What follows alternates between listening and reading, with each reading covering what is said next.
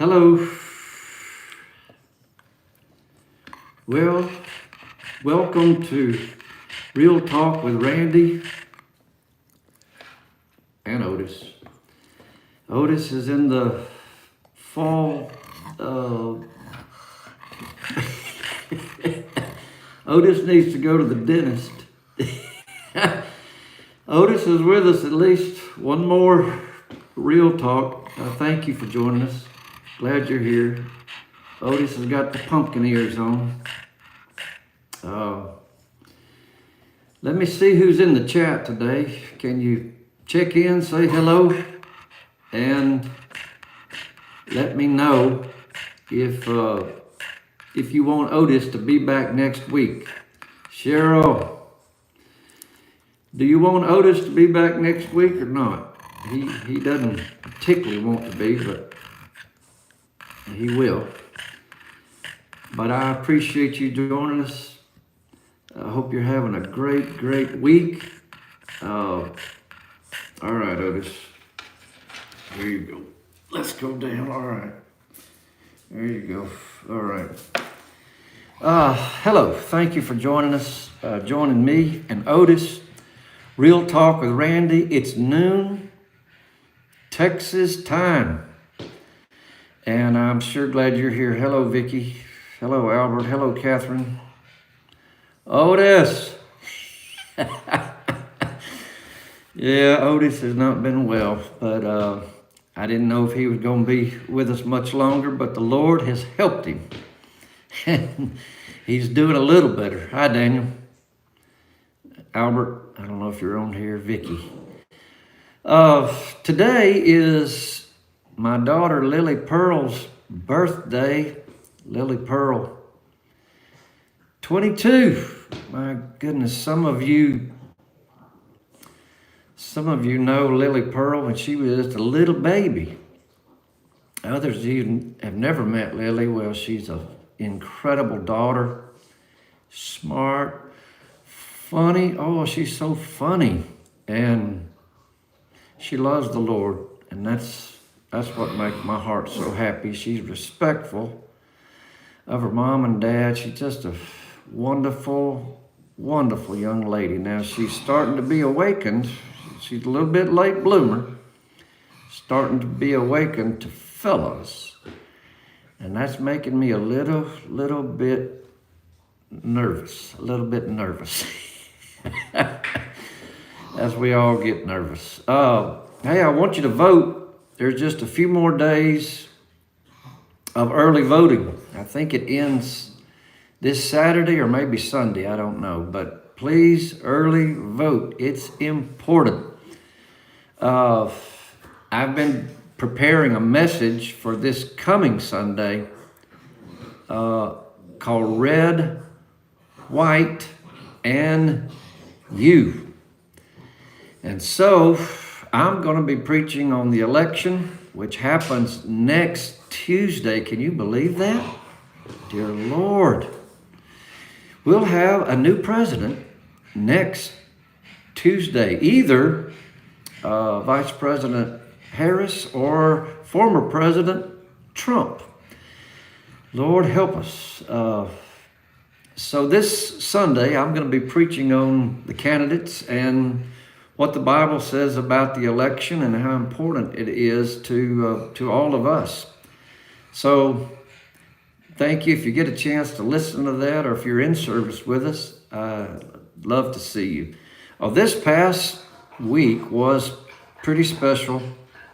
We had a guest speaker named Jim Burns, Dr. Jim Burns, B-U-R-N-S. And he was incredible. If you weren't able to hear that yet, go back to the archives of Life.Family and listen to this 25, 30-minute sermon on child raising in this culture today. It's pretty amazing. And in particular, his theme was how to be a parent to your adult children. how to be a parent to your adult children. Now, I know a lot of you have little ones, or maybe you have grandchildren, but there's a lot of us who, we have adult children, and we've never been here before because it's different now. What does this number mean to you? 936. What does the number 936 mean to you? Type it. Does it mean anything to you? Nothing? All right. Let me tell you what it means. 936 are the weeks you have from birth to adult. You have 936 weeks from birth to adult. Isn't that incredible? My goodness. It's short. It's short. It doesn't seem short when you have little ones like Jill. Jill, my assistant's on here. It doesn't seem short, but it is. I got a 22-year-old now, and I'm thinking, my goodness, just seems like a few weeks ago. I can remember her being born. I can remember all of it. 936 weeks. And the Lord has something to say about us.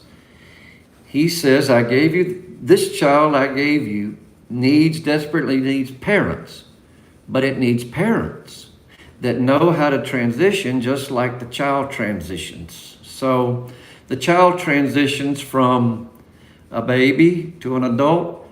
Well, there's a transition for parents too. And if the parents don't transition like the child, it creates a lot of chaos. It really does. And I have been guilty of not knowing what my role was as my child's role was changing. Hey, Ron, good to see you, friend. Bless you. All right. So here's what Dr. Jim Burns says, and this would be great to write down. In the past, in a different generation, our children, the stages of our children were baby, child, teenager, adult. And then we said goodbye to them, and they went and formed an independent life, and they began to raise perhaps their own families. But it was just 4 stages: baby, child, teenager, and adult. Today, there are 5 stages. 5, yes, 5. Here they are. Write these down. Baby, child, teenager, emerging adult. That's the new one. And adult. Baby, child, teenager, emerging adult. So let's talk about the 4th stage, because that's one that I did not see coming, and I didn't do well in it, and I'm still in it with perhaps Lily Pearl. So the emerging adult is the teenager that's stuck or enjoying space between being a teenager and an independent adult. Now, what does that mean for me and you? Well, it means a lot. An emerging adult. So you know that you've got an emerging adult when there should be an adult, but you're still paying for their cell phone, their insurance, their food, their car. Yeah. You've got an emerging adult when they say, I need to go find myself. I need to go backpacking in Europe for a year or 6 months or whatever it is to find myself. A lot of us say, well, just come in the living room. In 10 minutes, I can tell you who you are. You don't have to find yourself in Europe.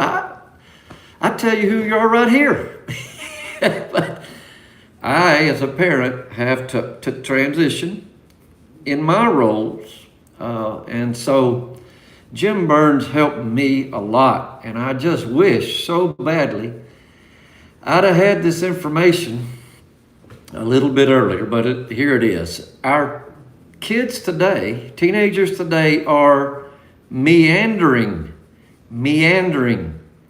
into adulthood. They're in no hurry. They have the best of both worlds. They're dependent upon you, but they're making independent choices. They don't want you in their business, but they're still dependent upon you, even though at their age, they should be an adult. And who is causing the dependency? Me and you. And so we have to help them. So the first thing you have to do is fire yourself from being a parent of a teenager. They're no longer teenagers. You need to fire yourself. You are no longer the parent of a teenager. You're the parent of an adult. And so that means day-to-day parenting is no longer in my job description. I am now a consultant. I am not a coach. I'm not a caretaker. I'm a consultant. Hey, if you ever need me, let me know. If I can ever be of help to you, let me know. Talked to a lady this past Sunday in the lobby. Won't tell you who she is, but she said, I have twin 29-year-olds still living at home. That's a parent that did not transition. They did not help their child to transition into adulthood. They allowed them to be dependent upon them, paying bills, food, and so forth. So fire yourself from being the dependent parent that allows your emerging adult to still be comfortable with you. So fire yourself. You are no longer a day-to-day parent. You are now consultant. Everybody say consultant. Consultant. This, you will experience a sense of loss and mourning. C.S. Lewis said this: change always involves a sense of loss. Why are we struggling to let them go? Because we need them.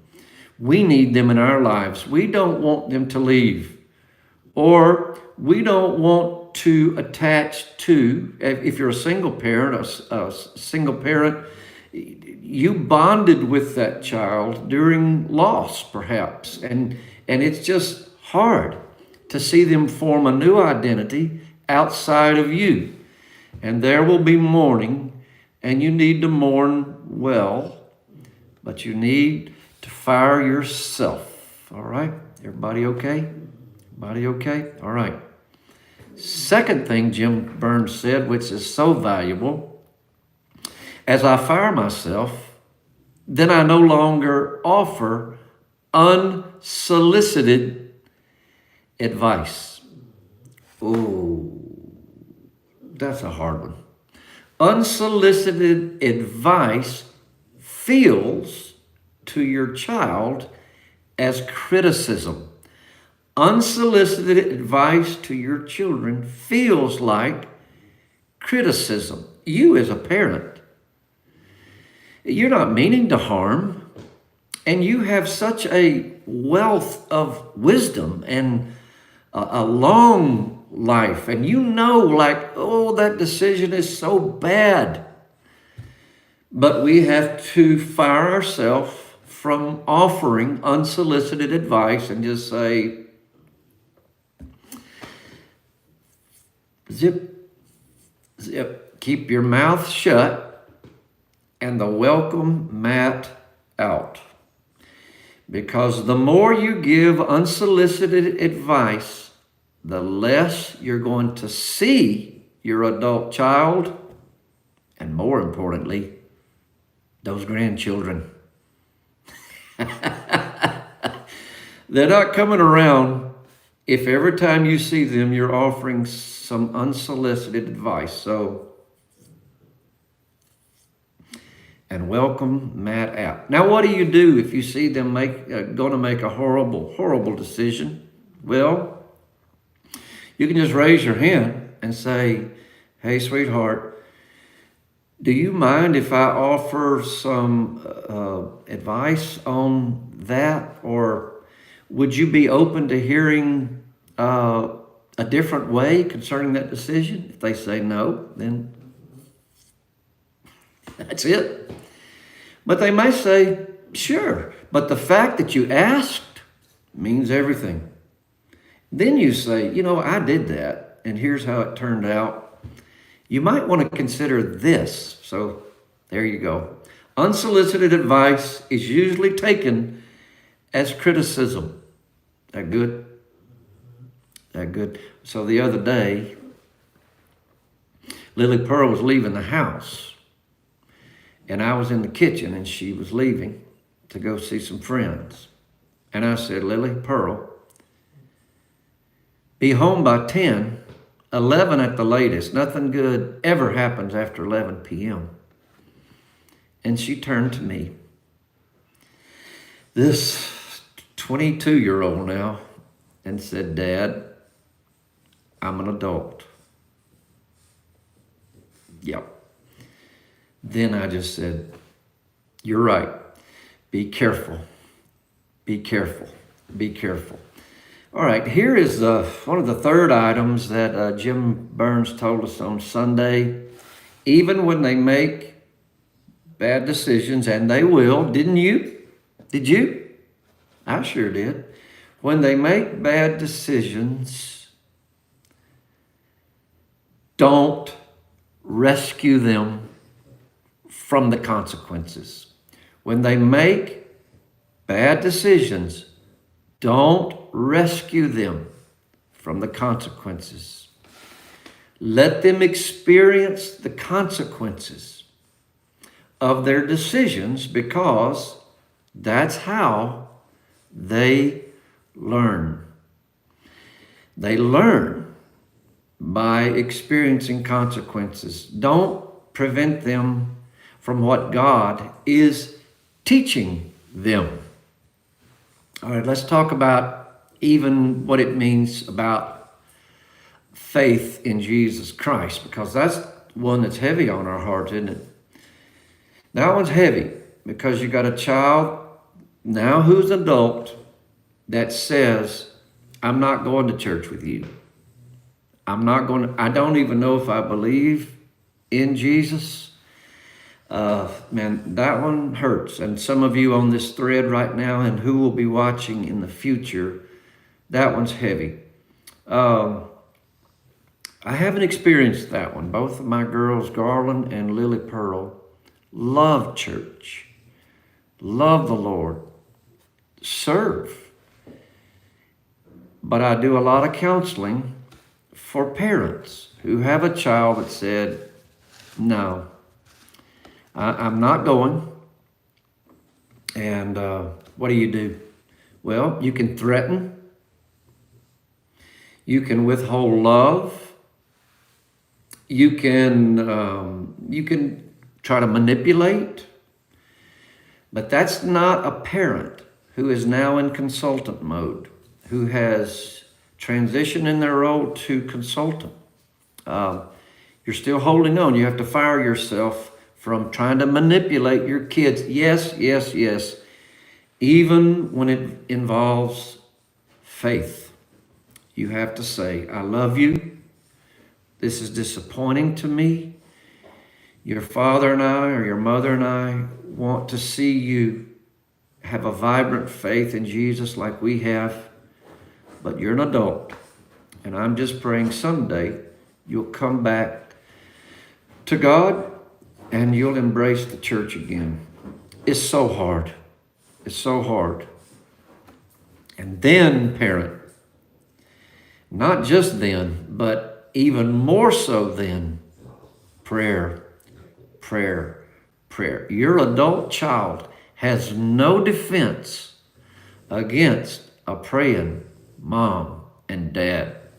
Pray, pray, pray, and fast. Fasting is no fun. And I don't know who in the Bible called it fasting. It is the slowest thing I have ever done. Today is my fast day. On Wednesday is my fast day. What is your fast day? Well, I don't have one. Well, get one. You can fast from food. That's what I do on Wednesday. Or you can fast from an activity. You can fast from a certain drink, Cheryl. From a certain drink.